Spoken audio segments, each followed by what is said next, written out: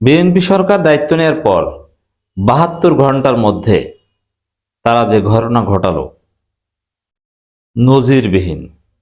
অতীতে আওয়ামী লীগ সরকার থেকে শুরু করে আরো অনেক সরকার এসেছে, কিন্তু ৭২ ঘন্টার মধ্যে আমি প্রথম ৭২ ঘন্টা অ্যাসেস করছি। এত দুর্বলতা, এত অযোগ্যতা, এত অঘটন অতীতের কোনো সরকার ঘটায়নি। হাসিনার কথা বলবেন, হাসিনা যে সুশাসন নিশ্চিত করেছিল যতটুকু ফ্যাসিজমের মধ্যে, হাসিনা যে উন্নয়ন করেছিল, মানুষকে যতটুকু ভালো রেখেছিল, বিএনপিকে ওইটা করতে ১০০ বার জন্মগ্রহণ করা লাগবে। বিএনপি পারবে না। বাংলাদেশটাকে বদলে দিয়েছে হাসিনা। হ্যাঁ, হাসিনা ওয়াজ ফ্যাসিস্ট। হাসিনার মূল সমস্যা ছিল ভিন্ন মতকে দমন করত, ভিন্ন মতের নেতাকর্মীদের ফাঁসি দিত, হত্যা করত। নইলে বাংলাদেশের জীবনযাত্রার মান উন্নয়ন করেছে হাসিনা। আপনি ঋণের বোঝা অমুক তমুক যত থিওরি দেন, ওইসব থিওরি সাধারণ জনগণ বুঝে না। সাধারণ জনগণ বুঝে আমি আগে না খেয়ে থাকতাম, এখন আমি খাই। ওটা বুঝতে যাবে না। ওইসব আপনার জিডিপি গ্রোথ রেট, অমুক তমুক ঋণ পার পার পার্সন বা পার ক্যাপিটা ঋণ, এইসব থিওরি মানুষ বুঝবে না। মানুষ দেখছে বিএনপির আমলে বিদ্যুৎ থাকতো না, রাস্তাঘাটে শুধু খাম্বা ছিল, এখন বিদ্যুৎ থাকে। মানুষ দেখছে দেশ অচল হয়ে গেলে, করোনায় দেশ লকডাউন হয়ে গেলেও কেউ না খেয়ে মরে না, যেভাবে হোক তার কাছে সাহায্য আসে। মানুষ দেখছে যে দ্রব্যমূল্য বেড়েছে, কিন্তু তারপর মানুষ কিনে খেতে পারছে। আগে রাস্তাঘাট সব কাঁচা ছিল, এখন রাস্তাঘাট পাকা। গ্রামে গঞ্জে প্রত্যন্ত অঞ্চলে পাকা রাস্তা। বাংলাদেশ এখন ডিজিটাল বাংলাদেশ। ওয়াইফাই একদম প্রত্যন্ত অঞ্চলে। বাংলাদেশ শতভাগ বিদ্যুতায়িত। কে করেছে? শেখ হাসিনা করেছে। ওভারঅল শেখ হাসিনা যা করেছে ১০০ বছর লাগবে, পারবে না। ও ১০০ বছর দিলেও বিএনপি পারবে না, জীবনেও বিএনপি পারবে না। অনেকে এটা শেখ হাসিনার সাথে এভাবে বিএনপি সরকার তুলনা করি, অনেকে নেগেটিভলি নিতে পারেন। আরে ভাই, এটা সত্য কথা, আপনাকে মানতে হবে। এবং সুশাসনের কথা যদি বলেন, ঘুষ, দুর্নীতি, হাজারো দুর্নীতি আওয়ামী লীগ সরকার করেছে, হাসিনা সরকার করেছে। এই দুর্নীতি করার মধ্য দিয়ে যতটুকু দুর্নীতি দমন করতে পেরেছিল হাসিনা সরকার, বিএনপি ১০০ বছরও পারবে না। হাসিনা সরকার বা সরকারের লোকজনকে কিছু কিছু জায়গায় শেখ হাসিনা খেতে দিত, যে তোরা খা, বড় বড় মেগা প্রজেক্ট করে দিত, তোরা এটা খা, এটা খেয়ে তোরা কোটিপতি হয়ে যা। কিন্তু তারপর কিছু জায়গায় দুর্নীতির লাগাম টেনে ধরেছিল, কিছু জায়গায় স্বচ্ছতা, জবাবদিহিতা নিশ্চিত করতে পেরেছিল। এটা একমাত্র হাসিনার ডেট দ্যাট, আর কেউ পারেনি। আপনি যদি নিয়োগ পরীক্ষার গুলো কথা দেখেন, বিএনপির আমলে, এখন যে আবার কি হয় আল্লাহ জানে, বিএনপির আমলে বগুড়া আজিজুল হক কলেজ থেকে খালি বিসিএস ক্যাডার হতো, পুলিশ ক্যাডার প্রায় সব হতো এখান থেকে। পুরোটাই দুর্নীতি ছিল।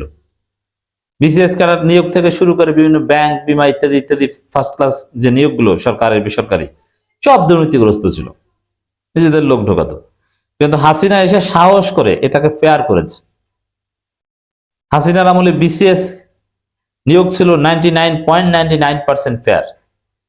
হয়তোবা একটু আনফেয়ার, দু একটা পুলিশ ক্যাডারে দু একজন ঢুকাতো, কিছু নথি পাওয়া গেছে গণভবন থেকে। কিন্তু ওভারঅল নথি যা পাওয়া গেছে ওই অনুযায়ী যে সব হতো তাও না। এটা যারা না জানে তারা এটা অযোগ্য। বিসিএস নিয়োগ 99.99% ফেয়ার হতো। আমার চোখের দেখা যায় জেল খাটা শিবির নেতারা অনেকে বিসিএস ক্যাডার হয়েছে, এবং যোগ্যতা যার আছে, যে পড়াশোনা করেছে, সে বিসিএস ক্যাডার হয়েছে। অন্যান্য ব্যাংকের নিয়োগ থেকে শুরু করে বাংলাদেশ ব্যাংক বলেন আর শিডিউলভুক্ত অন্যান্য ব্যাংক বলেন, যার যোগ্যতা আছে সে, এখানে কোনো ২ নম্বরে চলে নেই। আর যদি ২ নম্বরে ২ একটা প্রমাণ দেখাতে পারবেন, এটা হাজারে একটা। এর বড় প্রভাব চাকরি বাজারে পড়ে নেই। এর মানে যে কোনো গরিব ঘরের ছেলে, যে কোনো সংগঠনের পরিবারের ছেলে, তার যোগ্যতা থাকলে তার চাকরি হতো। এটা হাসিনা করেছে। এই কাজ বিএনপি জীবনও করতে পারতো না। এখন আবার আসে দেখেন, এবং মানুষের সেবা পাওয়ার ক্ষেত্রে, এবং দলের নেতাকর্মীদের নিয়ন্ত্রণ করা। দলের নেতাকর্মীদের অনেক অপরাধ করতে দিত, তারপর অনেক অপরাধ নিয়ন্ত্রণ করেছে। ছাত্রলীগকে যেভাবে টাইট দিত, চাঁদাবাজি, স্বেচ্ছা চাঁদাবাজি বিএনপি আওয়ামী লীগ সরকার করতো না, তারা বড় আকারে করতো। স্বেচ্ছা চাঁদাবাজি বন্ধ করে দিয়েছিল। একদম প্রান্তিক পর্যায়ে রাজনৈতিক হস্তক্ষেপ করতো না, কিন্তু বিএনপি এটা করে এবং করবে। অত একটু তুলনা দেখালাম, এখন বুঝবেন যে ৭২ ঘন্টা বিএনপি যা করেছে এটা কতটা ধ্বংস সরকারের প্রমাণ, অযোগ্য সরকারের প্রমাণ। এই যে চাঁদাবাজির বৈধতা দিয়েছে মন্ত্রী, অথচ প্রধানমন্ত্রী তাকে কিছুই বলছেন না, চুপচাপ। এরপরে দ্রব্যমূল্যের যে ঊর্ধ্বগতি রমজানে, মানে এখন একটা এই সিন্ডিকেট যারা করে অসাধু ব্যবসায়ীরা, তারা দেখেছে যে বিএনপি সরকার ক্ষমতায়, বাবা এখন ব্যবসা করব না, অতি মুনাফা খাবো না, তাহলে কখন খাবো? আরে বিএনপি ক্ষমতায় খা যত পারো, ক্ষমতায় তো বিএনপি, এখানে ইউনুসও না আওয়ামী লীগও না। তো এখন লেবুর হালি 120 টাকা নাকি, সব যেগুলো কৃষক বিক্রি করে 10 টাকা, ওগুলো বাজারে কিনতে হয় 120 টাকায়, কারণ চাঁদাবাজির বৈধতা দিয়েছেন। এই কাজ মন্ত্রীরা করে। খলিলুর রহমানকে পররাষ্ট্রমন্ত্রী বানিয়েছেন, আবার শিক্ষামন্ত্রী মোরাল পুলিশিং ঘোষণা দিয়েছেন। এই মোরাল পুলিশিং একটা স্বাধীন রাষ্ট্রে আধুনিক যুগে এটা অসম্ভব, অথচ বলছেন যে অযাচিত ঘোরাঘুরি করলে পুলিশ জিজ্ঞাসাবাদ করবে। এটা কি স্বাধীন দেশের বৈশিষ্ট্য? শুধু এটা না দর্শক, কিভাবে কারচুপি করে ক্ষমতা এসেছে এটার লেগেসি বহন করছে প্রকাশ্যে, কিন্তু কোনো লজ্জা শরম নাই। দলিল, এই যে খলিলকে পররাষ্ট্রমন্ত্রী বানানো, এই তো বড় একটা অঘটন ঘটিয়েছে, কোথাও কোনো জবাবদিহিতা নাই। তুমি খলিলকে কেন পররাষ্ট্রমন্ত্রী? কোনো জবাবদিহিতার জায়গা নাই। কারো বিএনপি নিজেরাই ক্ষুব্ধ, কিন্তু কিছু বলার নাই, চুপচাপ সবাই চোখ বুঝে মেনে নাও, সামে না ওতা আনা। তো দর্শক, শুধু এই জায়গা না, দেখেন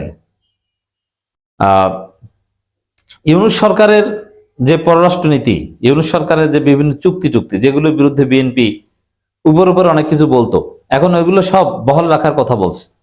একটা খবর, আওয়ামী লীগ আমলের করা সকল চুক্তিগুলো পর্যালোচনা করা হবে, এই কথা বলছেন বাণিজ্য মন্ত্রী। তা আওয়ামী লীগ আমলের করা চুক্তিগুলো পর্যালোচনা করবেন, কিন্তু ইউনূস আমলের চুক্তিগুলো পর্যালোচনা করবেন এই কথা বলেন না। তাহলে বলতেন যে আওয়ামী লীগ আমলে করা অথবা এই অন্তর্বর্তী সরকারের আমলে করা সব চুক্তিগুলো আমরা পর্যালোচনা করব, যেটা জাতির বৃহত্তর স্বার্থ এবং জাতির স্বার্থের সাথে সঙ্গতিপূর্ণ সেটা আমরা গ্রহণ করব, আর যেটা আমাদের স্বার্থের প্রতিকূল সেটা আমরা বাতিল করব বা সেটা পুনর্বিবেচনা করব। এরকম বলতেন না। শুধু আওয়ামী লীগ আমল, ইউনূস আমলটা বলতে পারছেন না। কেন বলতে পারছেন না? আর ইউনূস আমলে যারা এগুলো করেছে তারাই তো আপনাদের মধ্যে, আপনারা তো ওই যা করেছেন যুক্তি, ওগুলো ইউনূস সরকার ছিল বিএনপি সরকার, ওটা আবার পর্যালোচনা করবেন মানে এই সাহস তো নাই। কারণ এই বাণিজ্য চুক্তি এগুলো গোপনে যে এর সাথে জড়িত, যে এগুলো কলকারি নিয়েছে সে আপনার পররাষ্ট্রমন্ত্রী, অতএব ইউনূস আমলের চুক্তি পর্যালোচনা করার সাহস তো আপনার নাই। বুঝতে পারছেন? শুনেন, এটাও বলি, হাসিনা আমলের অনেক চুক্তি নিয়ে কথাবার্তা আছে, সমালোচনা আছে, ভারতের সাথে চুক্তি অনেক কথা আছে, তারপরও পররাষ্ট্রনীতি এবং বাংলাদেশের বাণিজ্যিক স্বার্থ হাসিনা আমলে যতটা রক্ষিত হয়েছিল, বিএনপি তা কিছুতেই পারবে না। হাসিনার আমলে হাজারো ত্রুটির মধ্যেও ওভারঅল বেশিরভাগ এগুলো পজিটিভ ছিল। বাংলাদেশের ব্যবসা বাণিজ্য বুস্ট হয়েছে, বাংলাদেশের গার্মেন্ট সেক্টর থেকে শুরু করে নানান ব্যবসায়িক সেক্টর ভালোই চলেছিল, এমনকি জামাতের লোকজন, আওয়ামী লীগের লোকজন ভালো ব্যবসা করেছিল। অত সুন্দর বাণিজ্যিক পরিবেশ এই বিএনপি সারা কিছুতেই দিতে পারবে না।